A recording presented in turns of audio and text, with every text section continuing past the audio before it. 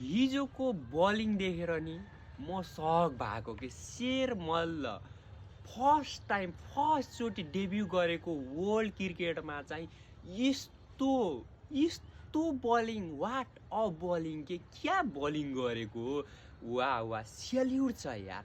Feel साल जस्तो यस्तो डेन्जर प्लेयरलाई जसले चाहिँ म्याचको रूप त के भन्छ म्याच बदल्न सक्ने आँट राख्छ, यस्तो प्लेयरलाई आउट गराइदियो शेर मल्ल, त्यही पनि डेब्यु म्याचमै।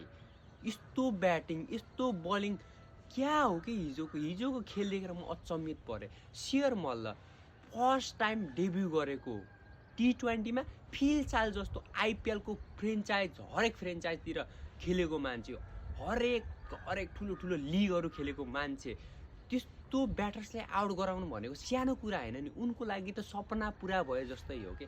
वाट अ बलिङ यार, नन्दन यादव त्यस्तै यार।